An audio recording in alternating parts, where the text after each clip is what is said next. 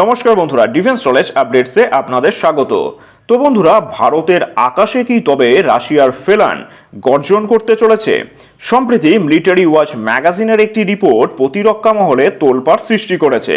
রিপোর্টে দাবি করা হয়েছে যে ভারত রাশিয়ার সর্বাধুনিক SU-57M1 ফিফথ জেনারেশন ফাইটার জেটের জন্য বড়সড় অর্ডার দিতে যাচ্ছে। কিন্তু আশ্চর্যের বিষয় হলো, এই বিশাল ডিল নিয়ে সাউথ ব্লক বা প্রতিরক্ষা মন্ত্রণালয় এখনো পুরোপুরি নীরব। কিন্তু কেন এই গোপনীয়তা? এই বিষয়েই আজকে আমরা আলোচনা করব। তাহলে দেখুন, রিপোর্ট অনুযায়ী ভারত সাধারণ SU-57 নয়, বরং এর উন্নত সংস্করণ SU-57M1 এর অপেক্ষায় আছে।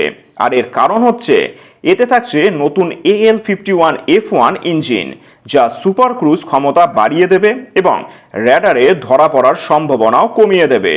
ভারত চায় এতে নিজেদের দেশীয় সেন্সর এবং মিসাইল সিস্টেম ইন্টিগ্রেট করতে। এছাড়াও এই বিমানটি আমেরিকার F-22 বা চীনের J-20-র চেয়েও যথেষ্ট শক্তিশালী বা সমকক্ষ বলেই মনে করা হচ্ছে। এই প্রশ্নটি এখন সবথেকে গুরুত্বপূর্ণ হয়ে দাঁড়িয়েছে যে কেন ভারত এই ডিলটিকে লুকিয়ে রাখছে। তাহলে দেখুন, ভারত কেন প্রকাশ্যে কিছু বলছে না, এর পেছনে প্রধান তিনটি কারণ থাকতে পারে। প্রথমত হচ্ছে, ইউক্রেন যুদ্ধের পর রাশিয়ার ওপর আমেরিকার কড়া নিষেধাজ্ঞা রয়েছে। ভারত সরাসরি ডিল ঘোষণা করলে আমেরিকার সাথে সম্পর্কে টানাপোড়েন তৈরি হতে পারে। তাই নীরব কূটনীতির মাধ্যমেই কাজ সারছে দিল্লি। দ্বিতীয়ত, ভারত এবার শুধু বিমান কিনতে চায় না, বরং HAL বা HL এর মাধ্যমে ভারত এটি তৈরি করতে চায়।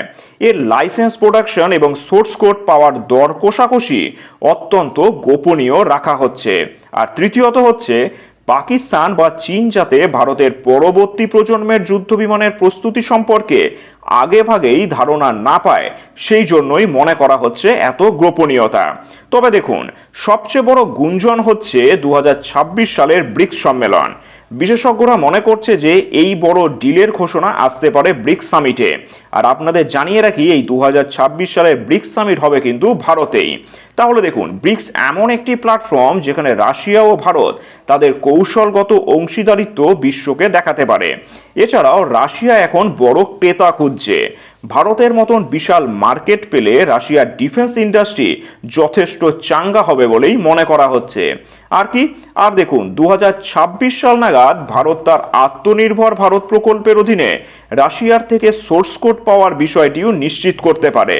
ব্রিক্স সম্মেলনে পুতিন এবং মোদির দ্বিপাক্ষিক বৈঠকে এই SU-57M1 এর লাইসেন্স প্রোডাকশন নিয়ে বড় কোনো সাইনিং হওয়ার সম্ভাবনা উড়িয়ে দেওয়া যাচ্ছে না।